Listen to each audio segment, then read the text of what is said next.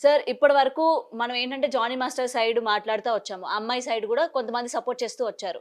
ఈ రోజు ఆయన పోలీసులు కూడా పట్టుకున్నారు. అండ్ ఆయనకి ఒకవేళ నిర్ధారణ అయితే లైఫ్ ఏస్తారు అని అంటున్నారు. మరి ఇక్కడ అమ్మాయి పరిస్థితి ఏంటి? ఈ అమ్మాయి కరెక్టా?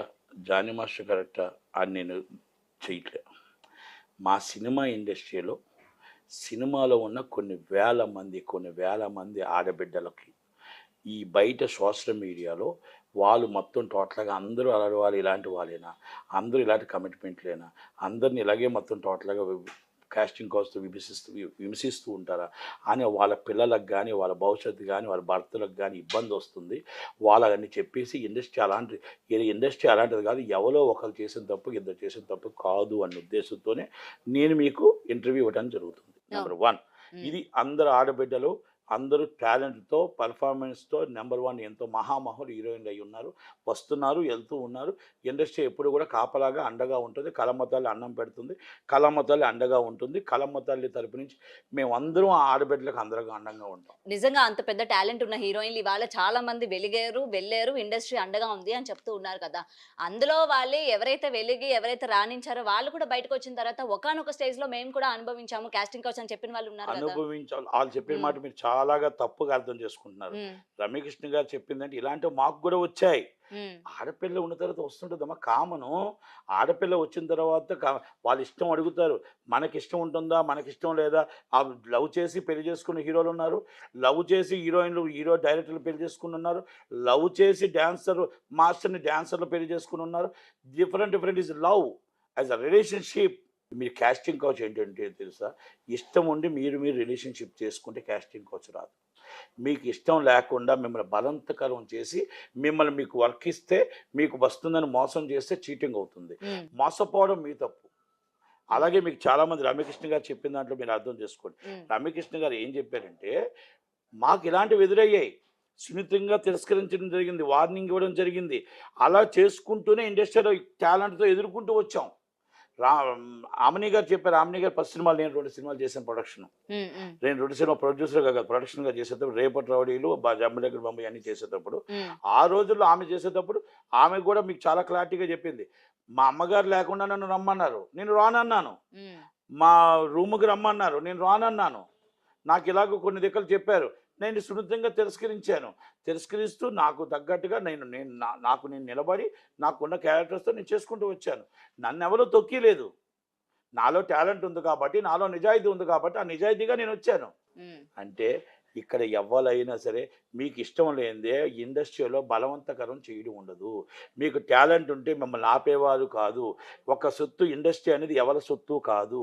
ఇండస్ట్రీ అనేది మొత్తం టోటల్ ఒక మహావృక్షం. మీకు టాలెంట్ ఉంటే మిమ్మల్ని ఆపగలిగిన వాళ్ళు ఎవరు లేరు. కనుక మీరు ఎవరో మోసగించి మీ క్యారెక్టర్ ఇస్తామనో, మోసగించి మిమ్మల్ని రండి అని లోబర్చుకోవడమో, లేకపోతే అర్ధరాత్రప్పుడు మీరు హీరోయిన్ అయిపోదామని మీ ఆలోచనతోనో ఇయన్నీ రావడం. మీ ఆలోచనతో ఒక ఆలోచనతో మీరొస్తే, ఇంకొక ఆలోచనతో ఆయనొస్తే ఆటోమేటిక్‌గా అది మోసగించేవాడు, మోసపోయేవాడు. ఆ మోసపోవడానికి నువ్వు సిద్ధంగా ఉండడం నీది తప్పే కదా! ఈరోజు నీకెక్కడో ఒక వేషం ఇస్తున్నాడని అడ్డదారిలో ఎక్కడో నువ్వు హీరోయిన్ అయిపోదామని నీ స్వార్థంతో నీ మాన ప్రాణాలు అర్పించి నీ మొత్తం టోటల్‌గా నువ్వు మోసపోవడం నీది తప్పు కాదా తల్లి? హ్మ్. నీది తప్పు కాదా? నువ్వు ఆ రోజు నాకు ఈ అవసరం లేదురా ఈ సినిమా క్యారెక్టర్‌ని ఒక చెప్పుతో ఒక్కటి కొడితే, నీ మీద చెయ్యి వేస్తే చెయ్యి తీసి ఒక్కటి కొట్టగలిగిన ధైర్యం ఉన్నట్టు నువ్వు సహస్రాలుగా ఉండి అవసరమైతే టాలెంట్ లేకపోతే నసీబ్ లేకపోతే పని చేసుకొని బతుకుతా. హ్మ్. ఈ ఇండస్ట్రీలోనే నాకు టాలెంట్ ఉంటే టాలెంట్ వస్తది హ్మ్. అని చాలామంది హీరోయిన్‌లు ఉన్నారు. అలా అలా మనం ఈరోజు టాలెంట్‌తో అలా మాత్రమే బయటకొచ్చి చెప్పగలిగిన ది బెస్ట్ ఆడపిల్లలు క్యారెక్టర్స్ ఉంటే చేసిన వాళ్ళు ఆగండి ఎవరున్నారు చెప్పండి సార్? ఆడపిల్లలు ఉంటే ఆ! ఉంటే ఉంటే ఈరోజు ఈ పరిస్థితి ఎందుకొస్తది?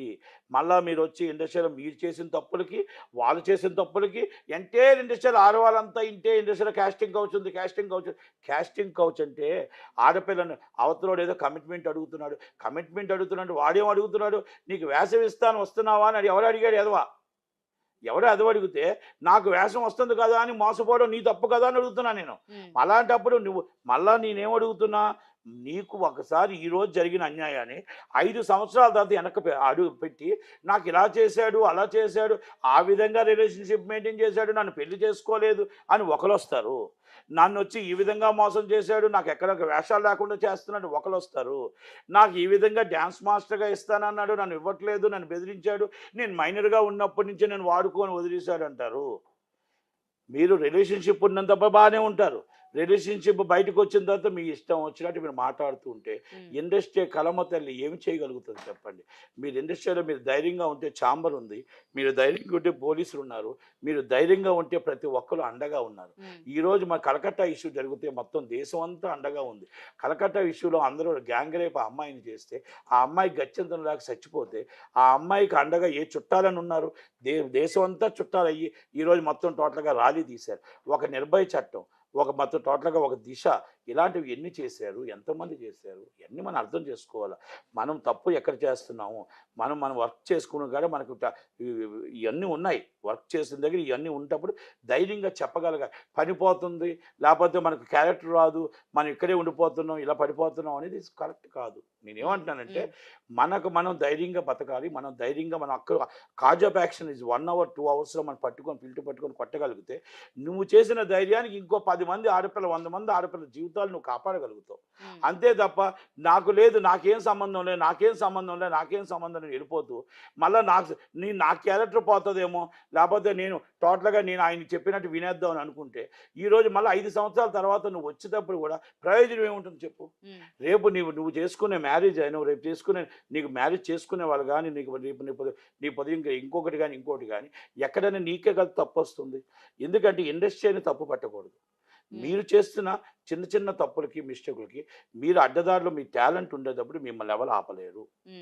టాలెంట్ లేనప్పుడు మీరు పని చేసుకునే బతకటానికి ఈరోజు చాలామంది ఆడపిల్లలు పాపం టోటల్గా రూమ్స్లోని ఇది మనం ఏమంటారు హాస్టల్లో అక్కడ ఉండి 10,000కి 15,000కి జాబులు చేసుకుంటున్నారు. వాళ్ళు ఎక్కడెక్కడో తల్లిదండ్రులు వదిలేసి ఆ తల్లి పట్టుకోటు కోసం బతకడానికి పని చేసుకుంటూ బతుకుతున్నారు. మనం అర్ధరాత్రి రాత్రి హీరోయిన్ అయిపోదాం రాత్రి మనం ఒక డాన్సర్ అయిపోదాం అని మన స్వార్థానికి మనం వచ్చి మన జీవితం అంతా అర్పించేసి మనం ఈరోజు వాళ్ళు మోసం చేశారనడం కరెక్టా? అంటే నేను డిఫరెంట్ వాళ్ళ కోసం చెప్తాను నాట్ ఓన్లీ జానీ మాస్టర్. ఇలాంటివన్నీ కూడా 5 సంవత్సరాలు నా 2019లో ఆమె మైనర్గా ఉండేటప్పుడు అత్యాచారం జరిగింది. ఇప్పుడు దాకా అత్యాచారం జరుగుతూనే ఉంది. నన్ను బెదిరిస్తూనే ఉన్నాడు నన్ను చంపేస్తూనే ఉన్నాడు రోజుకి కొడుతూనే ఉన్నాడు. భార్య కొడుతుంది భర్త కొడుతున్నాడు అందరూ కొడుతూనే ఉన్నారు. నన్ను అద్దాలతో కొట్టారు కార్వెన్లో కొట్టారు నేను బయటకు రాలేకపోతున్నాను. అంటే ఇప్పుడు 300 మంది 400 మంది షూటింగ్తో పెద్ద హీరోలతో జానీ మాస్టర్ షూటింగ్లు చేశాడు. అలాంటప్పుడు అక్కడ జరిగేటప్పుడు బయటకు వచ్చి ఆ అద్దంతో పగలగొట్టింది ఏదైనా చూపించేసి ఏమంటే నాకు అన్యాయం జరిగిందని సుకుమార్ గారికి ఆ రోజే చెప్పుండాలి, అల్లు అర్జున్ గారికి ఆ రోజే చెప్పుండాలి, పవన్ కళ్యాణ్ గారికి ఆ రోజే చెప్పుండాలి, షారుఖ్ ఖాన్ గారికి ఆ రోజే చెప్పుండాలి, సల్మాన్ ఖాన్ గారికి ఆ రోజే చెప్పుండాలి, విజయ్ గారికి ఆ రోజే చెప్పుండాలి, రజనీకాంత్కి ఆ రోజే చెప్పుండాలి. మరి ఏమీ ఎవరికి చెప్పకుండా 5 సంవత్సరాల తర్వాత లాస్ట్ మంత్ నువ్వు డాన్స్ కార్డు తీసుకొని ఆ డాన్స్ కార్డు తీసుకున్నాక నీ వెనకాతల కొంతమంది కుతంత్రాలు కొంతమంది నీతో కుట్ర పన్ని జానీ మాస్టర్ గారి మీద నీకు ఒక ఇది పెట్టి వాళ్ళందరూ కలిపి జానీ మాస్టర్ దగ్గర ఉన్న కంపెనీలన్నీ నువ్వు లాక్కోవడానికి కొంతమంది నీకు ప్రోత్సహిస్తూ కొంత సపోర్ట్ చేస్తూ కొంతమంది నిన్ను ఎంకరేజ్ చేస్తూ నీ మీద ఈరోజు కంప్లైంట్ ఇవ్వడానికి ఆంతర్యం ఏంటి? మరి ఈ రోజు జానీ మాస్టర్ కి అన్యాయం జరుగుతుంది ఆయన్ని కావాలని అంటే కొంతమంది అంటున్నారు కదా ఆయన తొక్కే ప్రయత్నం చేస్తున్నారు లేకపోతే మీరు అంటున్నారని అనడం లేదు. నార్మల్ గా ఆయనకి సపోర్ట్ చేసే వాళ్ళు అంటున్న మాట అయితే ఇదే ఆయన ఎదుగుతున్నారు కాబట్టి. అండ్ ఆయన వైఫ్ కూడా రీసెంట్ ఇంటర్వ్యూలో మాట్లాడడం జరిగింది. రీసెంట్ గా ఆయన నేషనల్ అవార్డు తీసుకోవడం కొంతమందికి నచ్చగా ఆయన పైన ఇట్లాంటి ఆరోపణలు చేస్తున్నారు. అది పార్టీ పరంగా కావచ్చు లేకపోతే ఇండస్ట్రీ పరంగా కావచ్చు. మరి అలాంటప్పుడు జానీ మాస్టర్ వైపు నుంచి కొంతమంది ఎందుకని బయటకు వచ్చి మాట్లాడట్లేదు?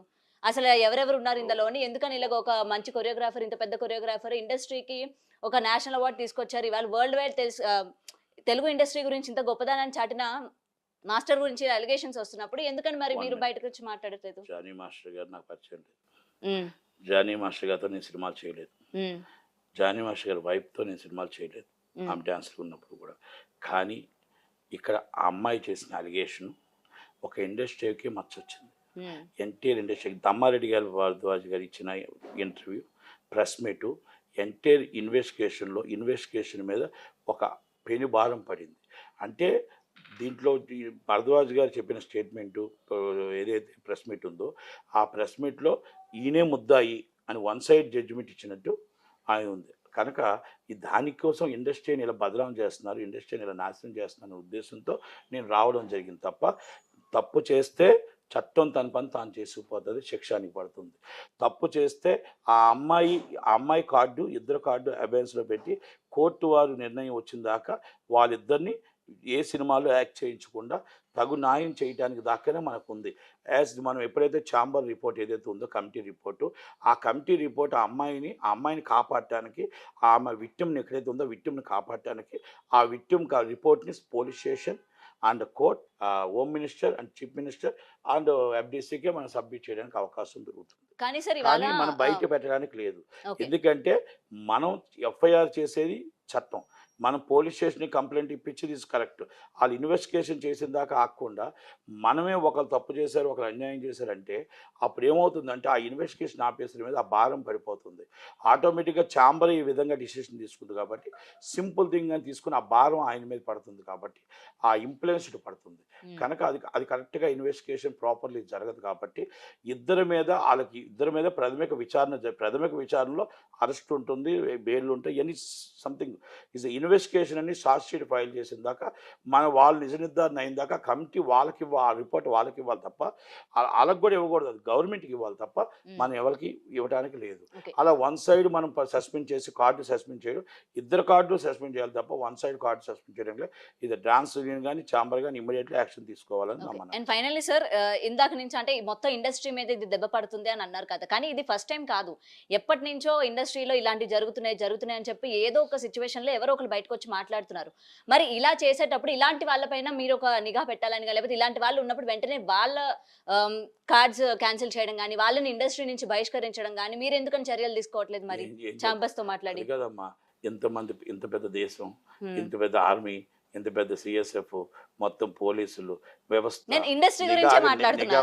నిఘా వ్యవస్థ ఇన్ని ఉంటుండగా రోజుకు కొన్ని వందల మానభంగాలు, కొన్ని వందల రేపులు, ఇన్ని చట్టాలు 15 రోజులు ఊరేస్తామని చట్టాలు తీసుకొస్తారు. క్షణకు ఆవేశం కోసం, క్షణ సుఖం కోసం వాళ్ళు చేస్తున్న ఆడపిల్ల మీద అఘాయిత్యాలు ఇన్ని జరుగుతుంటే ఎక్కడైనా ఆగుతున్నాయి. వాటిని ఉరేసేస్తారని తెలుసు. అయినా కూడా ఇప్పుడు అబ్బాయిని ఎవరైనా చంపితే ఉరేస్తే లోనికి వెళ్ళిపోతాడు, జీవితం నాశనం అయిపోతుంది తెలుసుండు కూడా ఇవన్నీ జరుగుతూనే ఉన్నాయి. ఎందుకంటే ఎవరికి ఇందాక మీకు చెప్పాను లేదు, ఒక అమ్మాయికి పోలీసు వాళ్ళని ఒక అమ్మాయికి పోలీస్ సెక్యూరిటీ ఇవ్వలేము. మనమే సెక్యూరిటీగా ఉండాలి, మనమే సపోర్ట్గా ఉండాలి. అలాగే ఇండస్ట్రీలో కూడా మనం కొంతదాకానే మనం అంతా చేయగలం. ఇలాంటివన్నీ నాట్ ఓన్లీ ఇండస్ట్రీ, అన్ని దిక్కలా జరుగుతూనే ఉంటాయి. కొన్ని తెలిసినవి ఏమైనా ఉంటే మనం దానికి మ్యాక్సిమం ఎలా చేయాలి, ఒక ఛాంబర్ ఉంది, ఒక పోలీస్ స్టేషన్లు ఉన్నాయి, ఇవన్నీ ఉన్నాయి, మనం చెయ్యాలని తప్ప మొత్తం టోటల్గా ఒక నిఘా వ్యవస్థ పెట్టడానికి మా ఇండస్ట్రీ స్మాల్ ఇండస్ట్రీ. ఆ స్మాల్ ఇండస్ట్రీలో మొత్తం టోటల్గా అంతా కలిపితే ఒక 20,000 మంది ఉంటాం. 20,000 మందికి ఆ 20,000 మందిలో మనం మామూలుగా మాకు ఛాంబర్ ఉంటుంది, కౌన్సిల్ ఉంటుంది, ఈ నిఘా ఉంటుంది, ఇవన్నీ మేము అక్కడి దాకా చేయగలుగుతాం. మా దాకా వస్తే 5 సంవత్సరాల తర్వాత అమ్మాయి వచ్చింది. తమ్మారెడ్డి భరద్వాజ్ గారికి సుకుమార్ గారు చెప్పడం జరిగింది. సుకుమార్ గారు చెప్పారు కాబట్టి గబగబా తీసుకొని 4 రోజులు ఇన్వెస్టిగేషన్ చేసి ఆయన ఒక ఇన్వెస్టిగేషన్ నుంచి పోలీస్ స్టేషన్ కంప్లైంట్ 5వ రోజు ఇవ్వడం జరిగింది. అక్కడ దాకా కరెక్టే. ఈయనే నిర్ధారించాడు, ఈయనే జడ్జిమెంట్ ఇచ్చేసాడు. మొత్తం టోటల్గా జానీ మాస్టర్ అవుట్, ఆ అమ్మాయి విన్, మొత్తం టోటల్గా ఆయన తీసేస్తున్నాం, ఆ అమ్మాయికి మనం పొద్దు నష్టపరిహారం ఇచ్చేస్తున్నాం అని.